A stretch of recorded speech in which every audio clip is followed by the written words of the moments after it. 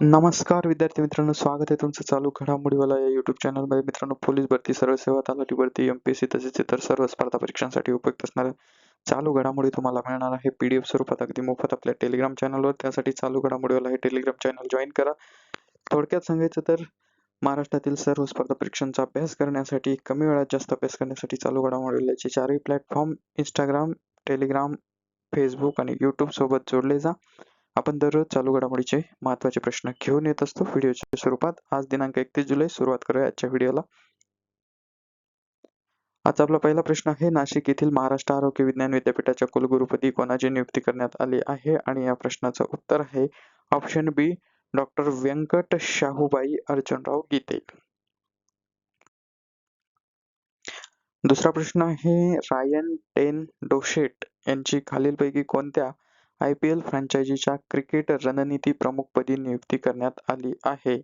आणि या प्रश्नाचं उत्तर आहे KKR, Kolkata Knight Riders, option B. तिसरा प्रश्न, भारतीय क्रिकेट नियामक मंडळाचे BCCIचे टीम इंडियाच्या नवीन क्षेत्ररक्षण म्हणजेच फिल्डिंग प्रशिक्षकपदी कोणाची नियुक्ती केली आहे?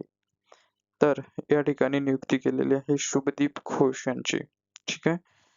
3 प्रश्न, ऑप्शन बी या प्रश्नाचं उत्तर आहे. 3 प्रश्न नियुक्तीवरचे प्रश्न आहे, महत्वाचे आहे. महत्वाच्या नियुक्त्या, महाराष्ट्र आरोग्य विज्ञान विद्यापीठ जे की नाशिकला आहे. असाही प्रश्न येऊ शकतो की महाराष्ट्र आरोग्य विज्ञानपीठ कुठे आहे? तर नाशिकला. तर याचे नवीन कुलगुरू आहे डॉक्टर व्यंकट शाहूबाई अर्जुनराव गीते. सध्याचे अधिष्ठाता शासकीय वैद्यकीय महाविद्यालय नाशिक. ठीक आहे. म्हणजे हे डीन आहे शासकीय वैद्यकीय महाविद्यालय गव्हर्नमेंट कॉलेजचे. आणि आता हे त्यांचे नवीन कुलगुरू झालेले आहे आरोग्य विज्ञान विद्यापीठाचे. KKR म्हणजेच कोलकाता नाईट रायडर्स क्रिकेटचे रणनीती प्रमुख ठरलेले आहेत किंवा नियुक्ती झालेली आहे रायन टेन डोशेट. ठीक आहे. हेड ऑफ क्रिकेट स्ट्रॅटेजी असं या पदाचं इंग्लिशमध्ये नाव आहे. तर टीम इंडिया क्षेत्ररक्षण प्रशिक्षक BCCI कडून शुभदीप घोष यांची नवीन क्षेत्ररक्षण म्हणजे फिल्डिंग प्रशिक्षक म्हणून नियुक्ती करण्यात आलेली आहे. आपल्याला मराठी तेवढं लवकर कळत नाही. मराठी आणि हिंदी साहित्य विश्वातील ज्येष्ठ साहित्यिक व समीक्षक डॉक्टर चंद्रकांत बांदिवडेकर यांचे नुकतेच निधन झाले आहे. ते खालीलपैकी कोणत्या क्षेत्राशी संबंधित होते? तर हे होते साहित्य आणि लेखन म्हणजे हे लेखक होते. तर निधन वार्ता या कॅटेगरीमध्ये असे प्रश्न विचारले जातात. तर ज्येष्ठ साहित्यिकाचं निधन, डॉक्टर चंद्रकांत बांदिवडेकर, मराठी आणि हिंदी साहित्य विश्वातील ज्येष्ठ साहित्यिक व समीक्षक. 5वा प्रश्न, राष्ट्रकुल क्रीडा स्पर्धा 2026 मध्ये पुरुषांच्या 10,000 मीटर शर्यतीत रौप्य पदक पटकावणारा पहिला भारतीय पुरुष खेळाडू कोण ठरला आहे? आणि या प्रश्नाचं उत्तर आहे गुलवीर सिंग, ऑप्शन बी. 6वा प्रश्न, राष्ट्रकुल क्रीडा स्पर्धा 2026 मध्ये भारताच्या हरजिंदर कौरने महिलांच्या 59 किलो वजन गटात वेट लिफ्टिंग मध्ये एकूण किती किलो वजन उचलून रौप्य पदक पटकावले? तर या प्रश्नाचं उत्तर आहे 227 किलो, ऑप्शन सी. तर मित्रांनो, प्रश्न हे किचकट जरी वाटत असले तरी हे माहितीच्या साठी आपण एवढे मोठाले प्रश्न घेतो.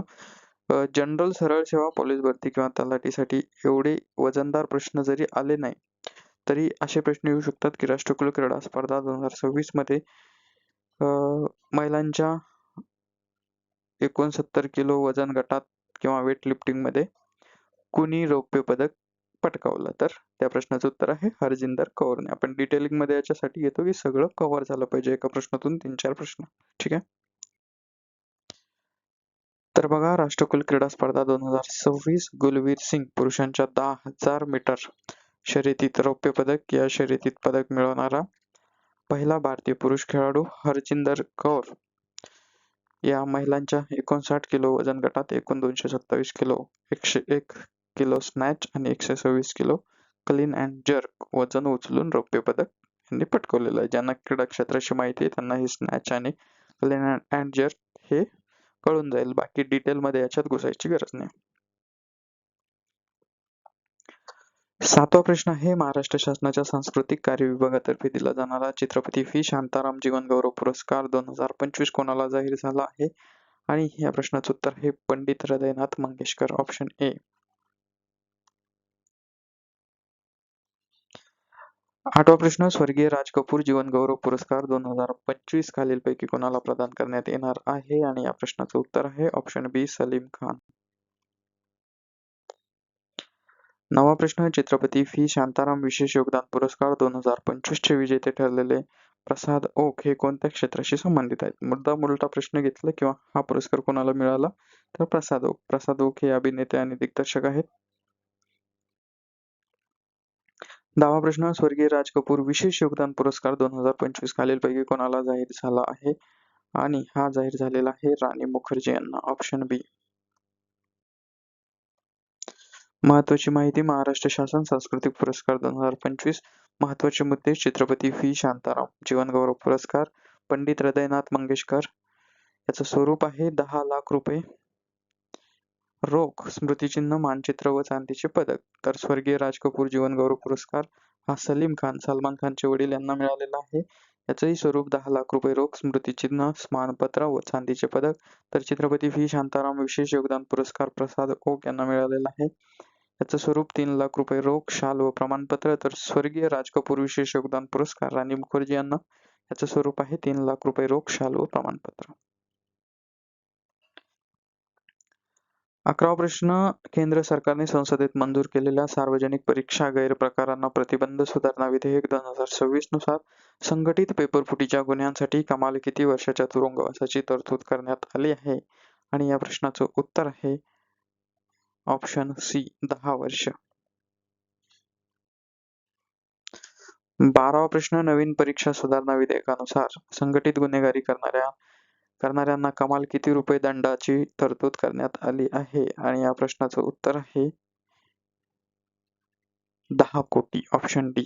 खूप महाग हे केलेलं आहे. 13वा प्रश्न, परीक्षा पद्धतीत तंत्रज्ञानाचा वापर करून पेपर लीक रोखण्यासाठी कोणाच्या अध्यक्षतेखाली हाय पॉवर टास्क फोर्स काम करत आहे? याच्यावर आपण कालच शॉर्ट व्हिडिओ टाकलेला आहे. तर नंदन निलेकनी असं या प्रश्नाचं उत्तर आहे, ऑप्शन ए. 14वा प्रश्न, नवीन सुधारणा विधेयकानुसार परीक्षा गैरप्रकारांचा तपास आरोपपत्रानंतर कमाल किती महिन्यात पूर्ण करून खटला निकाली काढणे बंधनकारक करण्यात आले आहे? आणि या प्रश्नाचं उत्तर आहे 3 महिने. फास्ट ट्रॅक कोर्टात हे चालणार आहे. तर महत्वाची माहिती, सार्वजनिक परीक्षा सुधारणा विधेयक 2026 वैयक्तिक गुन्हेगारांसाठी शिक्षा 5 ते 10 वर्षे तुरुंगवास आणि कमाल 50 लाख रुपये दंड. संघटित गुन्हेगारीसाठी शिक्षा 7 ते 10 वर्षे तुरुंगवास आणि कमाल 10 कोटी रुपये दंड. तर परीक्षा एजन्सीवर कारवाई, कमाल 5 कोटी रुपये दंड आणि 8 वर्षासाठी काळ्या यादीत टाकण्याची तरतूद. तपास व सुनावणी 2 महिन्यात तपास आणि आरोपपत्रानंतर 3 महिन्यात फास्ट ट्रॅक न्यायालयात खटला पूर्ण करणे बंधनकारक. अध्यक्षता नंदन निलेकनी यांच्या अध्यक्षतेखाली हाय पॉवर टास्क फोर्सची स्थापना करण्यात आली. 15वा प्रश्न, जागतिक रेंजर, दरवर्षी जागतिक रेंजर दिन कोणत्या दिवशी साजरा केला जातो? आणि या प्रश्नाचं उत्तर आहे 31 जुलै, ऑप्शन सी. तर आज जागतिक रेंजर दिन आहे. तर जागतिक रेंजर दिन काय आहे बघूया. जागतिक रेंजर दिन दरवर्षी 31 जुलै रोजी जगभरात साजरा केला जातो. याचं उद्दिष्ट आहे जंगलाचे व वन्यजीवांचे रक्षण करताना प्राणांची आहुती देणाऱ्या रेंजर म्हणजेच वनरक्षक कर्मचाऱ्याच्या बलिदानाचे स्मरण करणे आणि त्यांच्या योगदानाचा सन्मान करणे. तर आपण त्यांचा सन्मान करण्यासाठी त्यांना आदरांजली वाहूया आणि जागतिक रेंजर दिनाच्या सर्वांना, वनरक्षकांना आणि सर्वांना खूप खूप शुभेच्छा. तर हा होता 31 जुलै संदर्भातला व्हिडिओ. महत्त्वाचे 15 प्रश्न. आजचा व्हिडिओ तुम्हाला कसा वाटला ते कमेंटमध्ये नक्की कळवा. व्हिडिओ शेवटपर्यंत बघितल्याबद्दल मनपूर्वक धन्यवाद. याची फ्री PDF तुम्हाला चालू घडामोडीवर टेलिग्राम चॅनलवर मिळून जाईल. जर तुम्ही अद्यापपर्यंत आपल्या 4ही प्लॅटफॉर्मसोबत जोडलेच गेले नसाल तर कमी वेळात जास्त अभ्यास करण्यासाठी आपल्या 4ही प्लॅटफॉर्म YouTube, Instagram, Telegram आणि Facebook सोबत जोडले जा. आणि आपण तलाठी भरतीच्या अपडेट संदर्भातला व्हिडिओ लवकरच घेऊन येणार आहोत. तर व्हिडिओ शेवटपर्यंत बघितल्याबद्दल पुन्हा एकदा मनपूर्वक धन्यवाद. भेटूया पुढच्या व्हिडिओत. Thank you so much.